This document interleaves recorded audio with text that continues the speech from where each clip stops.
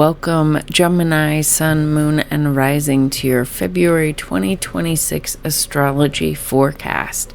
This is a big, very, very big astrological month. The energy being one that a lot of astrologers are saying is the most significant month of your life. And the astrology is really that rare. Whether or not you feel it that potently will depend on how it affects your chart personally. But the energy is definitely one that is changing the collective overall. So even if you don't feel it personally within your life, this month is an energy that will be felt for thousands of years to come. So it is seeding something that is bigger than any of us individually, and but it also has the potential to seed something very important in ourselves as well. So it is a very big month. The two main things that we'll get into are that there is a solar eclipse. So eclipse season starts this month, as well as the big Saturn Neptune conjunction in Aries. But we will get into both of those. Otherwise, it is going to be a big and powerful month. You can already see that there's a ton going on in the collective. So I do highly recommend that you listen to the collective video before you listen to this one. But otherwise, if you're new here, thanks so much for joining. I'm Sarah at Life with Training Wheels, where I utilize astrology, tarot, and other health and wellness and spiritual tools to help guide you on your path of self-discovery, of mastering yourself, learning that you do have more control over your life, mainly by your thoughts, than you realize. Perception is everything, and an attitude of gratitude and things like that. So I help you learn to discover and see where you may have self-sabotaging behaviors, self-limiting beliefs, and try to help you release any victim mentality that you may be stuck in and realize that you may be stuck in it. So if that sounds like something that you'd like to stick around for, a vibe you can vibe with, then please interact with this video in some way, shape, or form. Give me a like, a comment, a subscribe, so that I show up on your feed again. And if you are returning, thank you so much for returning. Your continued support means the world to me. So before we get into the chart, I highly recommend listening to this for your rising sign first, then your sun sign, then your moon sign. Your rising sign is the sign that sets up the entire house system of your chart. So it will give clearer indications of what areas of life things may be showing up for you, where things may be actually manifesting in your physical reality. Listening for your sun sign will be more geared toward your outward expression in life and what might be going on in your career area of life. And then listening to the moon will be more related to what you might be feeling in your home life and your emotional world. So it's always good, if you can, to listen to all three and kind of combine the energy, because you will be feeling all three. But the rising sign is the most accurate for where things are actually going to show up in your physical reality. Okay, even though it's already February 3rd on the date that I'm recording this, and I apologize for that, we are going to start back at February 1st. So February 1st, we started the month off with a bang with a full moon in Leo. I will link up here it'll be in that corner of the screen over there. The full moon video I did, the collective reading, but to tie it into you a little bit more personally, this full moon is happening in your third house, and it is in opposition, or happened to all of these personal planets over in Aquarius. So full moons are opposition points. They're points where we're being asked to balance things. And the full moon in Leo is mostly asking us to, Aquarius is the collective energy, right? And with you, it's with all this energy over here in your 9th house, that's probably where you're feeling a lot of things. So 9th house is belief systems. So there might be, with everything going on, there might be a lot of paradigm shifting for you right now, a lot of changes to your belief systems, kind of working through that. This is also higher education. Maybe you're really focused on studies. This is also teaching. Maybe you're really focused in teaching. And this is also foreign cultures, foreign lands, and foreign travel. So you're probably very focused in one or more areas of your life with this. But what the full moon in Leo is asking us to do is to come back here to the 3rd house, which is taking in information. It's communication. It's learning. So both of these houses are houses of learning and teaching and things like that. This is more long distance travel. This is more short distance travel. This is the community at large, like the collective, like the world community. This is more your local community. So you're being asked to make sure that you're not forgetting about what's going on in your local community. There's so much going on in the world, but don't forget about what's going on in your own backyard, because that truly is where you have the most influence, where things matter most. With Leo represents coming back to the heart. It represents courage and leadership and joy. Leo is the house of joy and creativity and or the sign of joy and creativity and fun. So we're being asked to come back to our local community. How can we be a leader and be courageous in our local community? But also, how can you have more fun in your communication? How can you have more fun in your community? How can you make sure that everything that you're doing is more heart-centered? Because that's what we need, is to come back to self, come back to heart, come back to your local community, come back to doing the things that you love to do.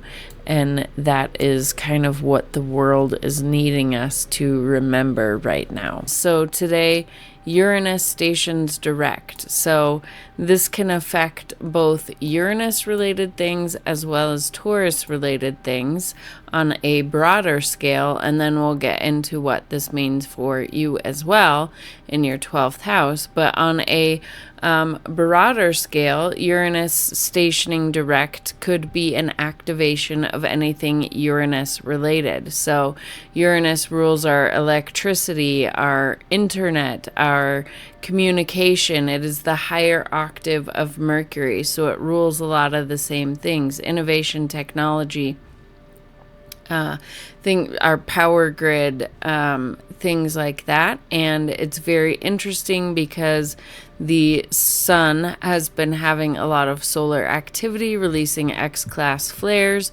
Over the next couple days to a week, we do have a potential for a Carrington type event that may or may not disrupt technology and or our electric grid. So we'll just have to wait and see for that. We'll have to wait and see how insulated our electric grid is from solar and space weather events. The Carrington event did, in 1859, take out a lot of telecommunications. It is when we have a lot of extra electrical charge in our atmosphere and can basically overheat our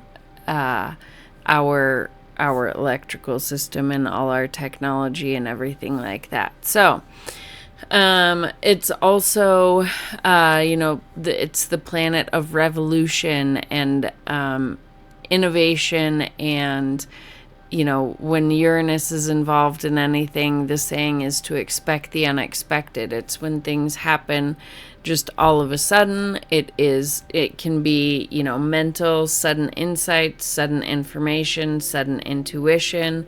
In Taurus, the sign of finances and resources and our value system, there could be things happening today or around this day with this energetic shift going from retrograde to direct.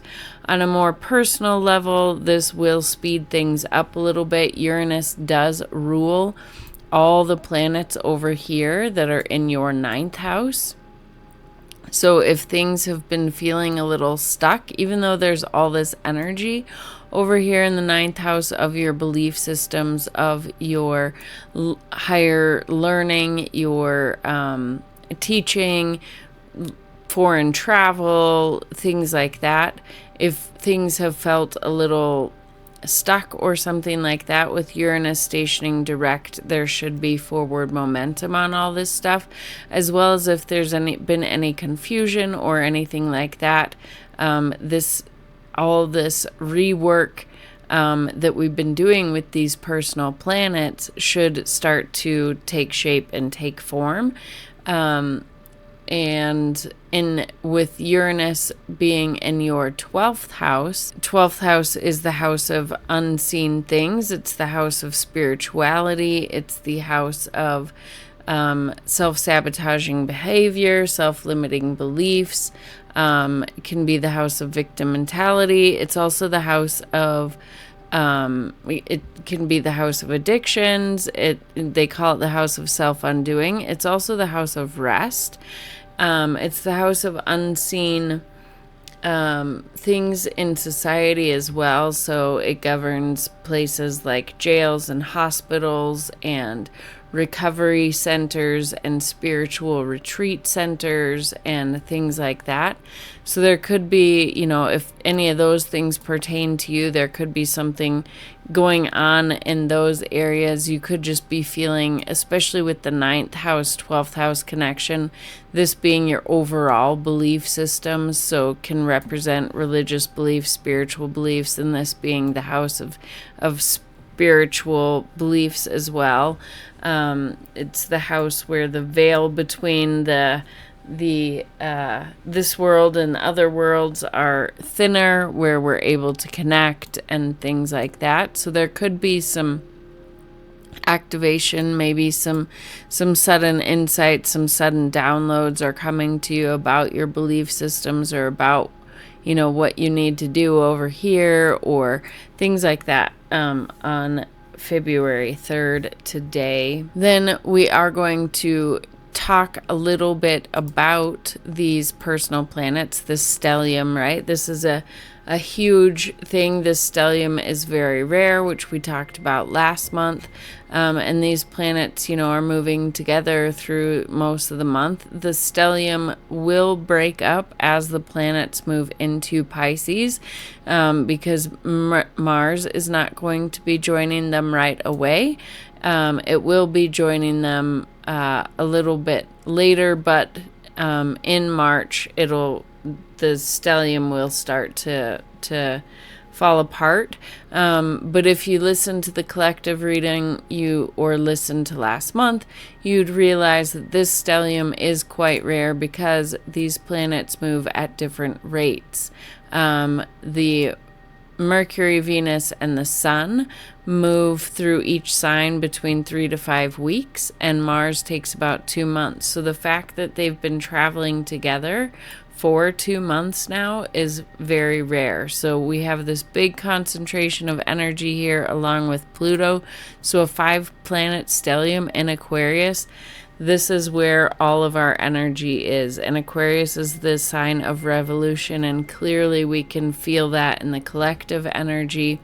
But this is where you will be feeling this in your own personal energy, is in your 9th house of belief system. So, like I said, talking about the full moon, you might be really having some paradigm shifting changes in your belief as new information, right? As these truths are being uncovered, as as the world is shifting, this could really be changing things, or you could just be really in this mode of learning stuff, whether that's through spirituality, any other higher learning, or you could be taking on the role of a teacher, a mentor, or a guide, anything like that. But this is the ninth house is where your energy is focused. But throughout the month, these personal planets are going to continue making important conversations, right? We built up in last month when they were all in Capricorn. They all made conjunctions to the sun and to each other, starting these new cycles, planting new seeds of growth and of new beginnings for all of our personal planets, how we go about our day-to-day life. And then as they moved into Aquarius towards the end of the month, they each made a conjunction with Pluto. Pluto is the planet of transformation. So we are literally birthing new seeds of ourselves in all the ways. We've gone through this transformation with Pluto, where we've had the opportunity, consciously or not, to work through and identify and dig up perhaps things that we need to let go of, whether it's outdated ideas, outdated programming, like we're doing this deep excavation work that I think is going to be ongoing.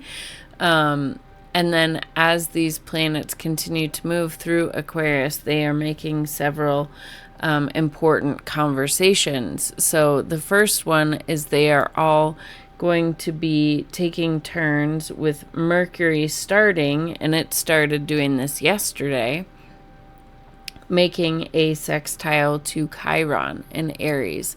So Chiron is where we have been doing a lot of internal work on healing our I am wounds, right? Our wounds of where we've kept ourselves small for the sake of others, where we haven't felt comfortable being seen in our whole, true, authentic selves, things like that. And this is beautiful because this is giving us a chance to work with these, our day-to-day planets, our personal planets, doing some healing work here before Saturn and Neptune really take hold in Aries. So we're kind of given more opportunities to work on healing this wound so we can show up fully in this new area of our lives, which we'll talk about later. So each of these conversations will have a little bit different of a flair, right? Mercury is our communication, our thought processes, how we think about things, our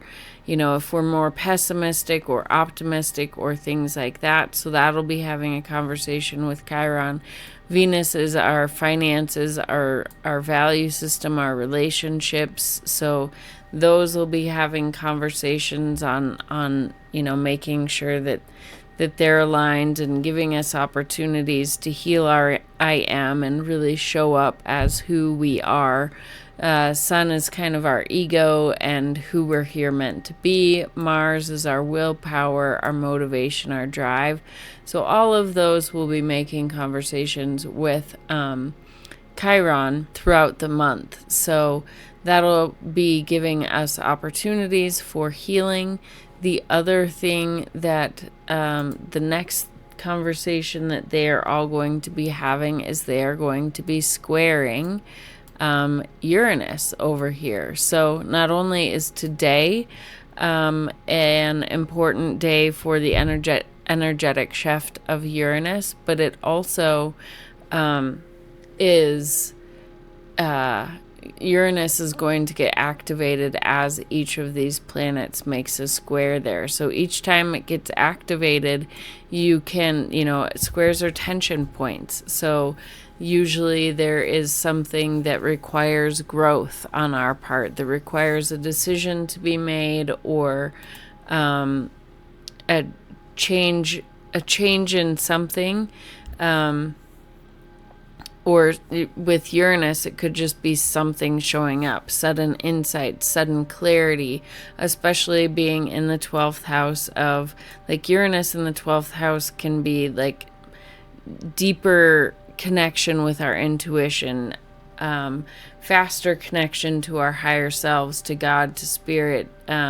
So you could just, as these squares happen, you could just be getting downloads of information, of clarity on what you need to do with your personal planets over here. Like if there's something that you need to do with your finances or your communication or, etc. So, but it could be felt as tension between your belief systems and or learning and how you need to rest, or identifying self-sabotaging behaviors or self-limiting beliefs that are hard to let go of. Or then the next conversation that these personal planets are going to be making as they enter into Pisces, they are all going to make a conjunction here to the North Node. And the North Node is, the nodes are karmic points, they're fated points, right? North Node brings new things. So this could be when, the seeds that you planted over here in Capricorn, with the Sun conjunctions with all these personal planets, is starting to appear. This is also a good time in the sign of Pisces, which is a sign of spirituality and being connected to your higher self and things like that. Could be a chance for you to reevaluate and make sure that the seeds that have been planted and the transformation that is taking place is aligning with the path that you are supposed to be on, is aligning with who you are now and where you want to go. Making sure that your goals in this area with all your personal planets and everything are truly aligned. And this is in your 10th house, right? So as these planets move, your focus is going to go more from your belief systems and higher learning to how does all that translate into how I'm showing up in my career? Am I aligned with my career? Do I need a new, perhaps this is a new job opportunity coming up, or something along those lines that's more aligned with who you are becoming and who you'd like to be in this world moving forward. And it's making sure that everything is aligned. It's also, this North Node and Taurus energy is also where we're being asked to learn to kind of let go of control and trust. Trust that what's coming to us is what's meant for us. To trust that things will work out, even though we don't know all the details of how it might work out. It really is where in our life we're being asked to let go and trust. So you are being asked to let go and trust in your 10th house of career. That can be a hard thing to do, but I believe in you and you can do it. Then the last conversation that the planets are going to have as they're in Pisces is they are all going to be making a trine to Jupiter retrograde here in Cancer. And that is really beautiful. Number one, Jupiter is one of the rulers of Pisces, so it's a very harmonious, not only is it a trine, but Jupiter rules, so it is the ruler of the planets there. So it's going to be bringing a lot of luck and abundance from your second house of finances, values, resources, things like that. Jupiter retrograde, as we've talked about, can bring back old opportunities that maybe you didn't take advantage of the first time around, and you're being offered a new opportunity, but with echoes of something that you were offered before, or something like that. Or Jupiter retrograde is more of an internal energy. So again, just this alignment of, is what I'm doing in my career aligned with my value system? But Jupiter, even retrograde, it does like to bring abundance and opportunities. So this feels like a very good month for you in regards to finances and career and things like that. And then as well as Cancer, represents our emotional safety and things like that. So building an emotional building emotional stability within your resources and finances and things like that. So that is that conversation. Okay, I fast forwarded it to February 13th, which is the next big day, and this is what was happening to me earlier. The wheel just goes blank. The website is having a lot of problems, which I have a feeling is due to Uranus turning direct, as well as the solar flares that went off yesterday or the day before, starting to hit the Earth. So we shall see how the rest of today plays out, but I will just still continue to talk about what is going on. So we have here on February 13th, we have Saturn will be moving from Pisces into Aries, and it will not be retrograding back into Pisces anymore. So it is going to be staying here in Aries for its 2.5 year or so cycle in Aries. And it immediately, number one, that's a big energetic shift. And I'll be doing a collective video about that later. But number two, it's going to be making an immediate conjunction with Neptune in Aries, and they are both at the 0 degree point. Neptune and Saturn will make their exact conjunction here at this point. I'll just highlight this point. So this is Saturn and Neptune conjunction. So it will be exact on February 20th, but Saturn does move in on the 13th. So this is really big. This is what the astrologers are talking about. This is the Neptune, although Neptune and Saturn do meet up every 35 years, it's not often that they meet up in Aries. The last time they met up in Aries was in, I think, 1703, somewhere around there. But it has never in recorded history met up at the 0 degree point. And this is important because the 0 degree point, it is the first point of the zodiac wheel. It is the birthing point. It is a world point. It is the initiation point of life, basically, right? It represents, Aries represents spring season, so it is the birth, right? It is the birth of the astrological wheel. The 0 degrees Aries point is a very important point, and it has never happened in recorded history as far as we can go back.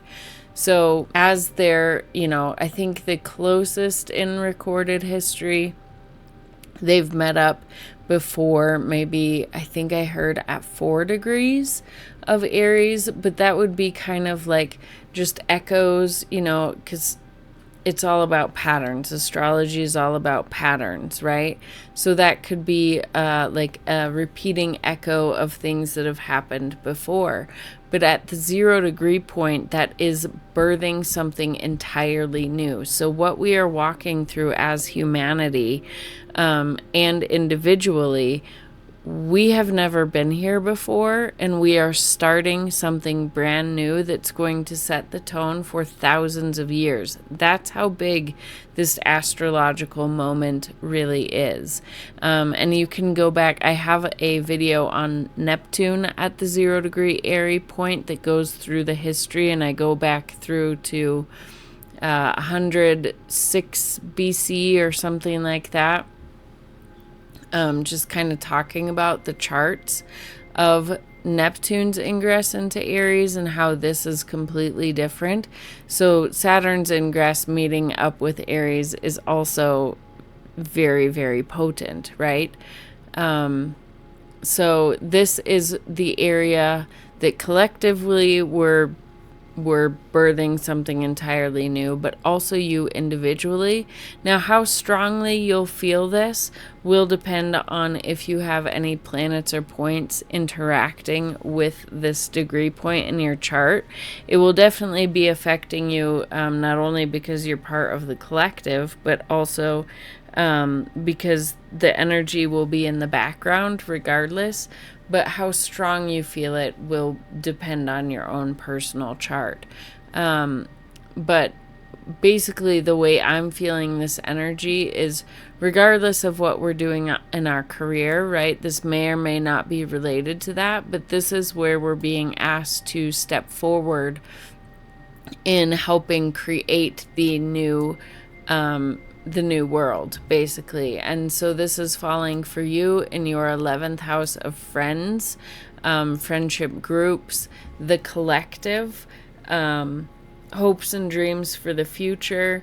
11th house is also where like how you show up in the collective, where you want to do things different in the collective. With Aries here in your 11th house, you can be a leader and an initiator and things like that in regards to friend groups and community organization, like the larger community.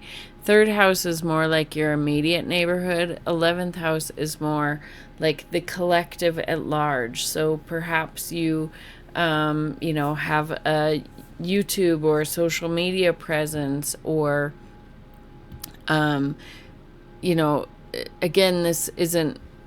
this is also friendship groups and things like that. So maybe just even within your own friendship groups, and maybe your role is to lead organizations, because this represents your immediate community, but this represents not only the collective as a whole, like worldwide, but also like organizations within your community and how people come together. So maybe you're a leader in that. But so what the Neptune Saturn energy is, Neptune represents spirituality, number one. So making sure that things are aligned in this area of your life, but also it is the planet of like dreams and imagination and dreaming the most beautiful vision that we can dream for how we want life to be and things like that. And then Saturn comes in and meets it. Saturn is like our stability. Saturn is our structure. It's our building blocks. It's how these dreams and visions can manifest into our 3D existence. It's how we can turn these dreams into reality. So the fact that they're meeting up right away, not later on in the cycle, to me is really beautiful. It means that whatever we're able to dream, this is why we have to keep our visions, even though the world is chaotic and everything seems like it's crumbling and it's hard to remain hopeful if you are getting wrapped up into the external. This is where we are being called to really dream the best dreams possible, because what we dream is going to solidify with Saturn here. So the other thing to keep in mind, and this is where I think that you'll be a leader, is in the collective, in the bringing groups together, things like that. The other thing to keep in mind, though, is Neptune can also, in its lower vibrations, can be where we see things with rose-colored glasses, so are not realistic. It's where we can be deceived and where we can find delusion. It's where we can find addiction and escapism and not wanting to deal with reality. And number one, we have Saturn here to bring reality right to our front doorstep. But also Saturn in its negative vibration, or lower vibration, can bring a heaviness, right? Instead of feeling like we are building a foundation and a structure and things, it can feel restrictive. It can feel heavy and burdensome. It's where we have to work hard at things and things like that. So the two combined can bring some depression. So just be kind of on the lookout for that and try to really engage with the higher vibrations of this energy and keep the hope, keep the belief that the highest versions of things that we can dream into existence, we do have the power to make that happen. We just have to keep our mind focused on that and not let the negative voices grab hold. Okay, I tried fast forwarding to the next important date, which is right in between when Saturn enters Aries on the 13th and when Saturn and Neptune make the exact conjunction on February 20th, but it didn't show up. But actually now it just did. Hold on. I'll keep talking about it while I'm trying to forward this. But anyway, so on February 17th, we have a solar eclipse, a new moon solar eclipse happening at 28 degrees of Aquarius. So this is the end of Aquarius. The North Node, this is with the North Node in Pisces still. But so solar eclipse happen when a new moon or full moon is within about 16 degrees of one of the nodes. And whether it's conjunct the North Node or South Node gives it a different feel, right? And so this is a new moon, which is all about new beginnings, and conjunct with that North Node, which is about bringing new things that we have not been aware of. The South Node is more about releasing things or things coming back around that have been in our field of vision, I guess. North Node is more kind of unexpected things that we have not been, that's not been in our purview, really. So this is a big energy for you, especially if you have any degrees or points in the later degrees of Aquarius or any of the fixed signs, Leo, Taurus, Aquarius, and Scorpio. You will be feeling the solar eclipse and activating with it a lot. Or if you have really any points in the later degrees of any signs, but particularly the fixed signs. So with this being in your 9th house, perhaps you have something showing up for you in regards to your belief systems or higher education. Maybe there's a course of study that all of a sudden comes into your awareness, or you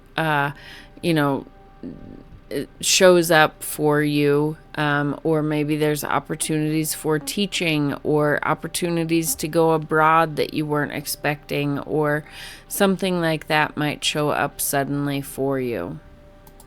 But it is fated events and where you are meant to be going next. So whatever is showing up, especially being on the verge of Saturn moving into Aries and being conjunct Neptune, like whatever is going to be showing up has a lot of staying power. So then the last couple things, February 25th, Mercury is going to be turning retrograde in Pisces, which is in your 10th house of career.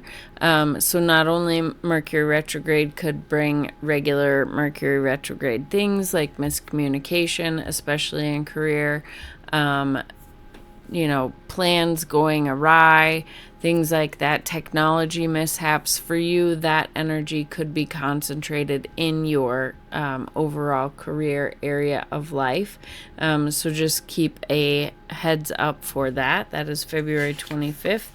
And then last but not least, on February 27th, we will have Mercury making a conjunction to Venus. So that is, our mind and our thought process coming to birth a new cycle with our value system, our finances, our relationships.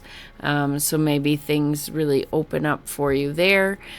So that is your February 2026 forecast. I'm sorry I'm having technological difficulties during your forecast, but it is very fitting for Uranus stationing direct today.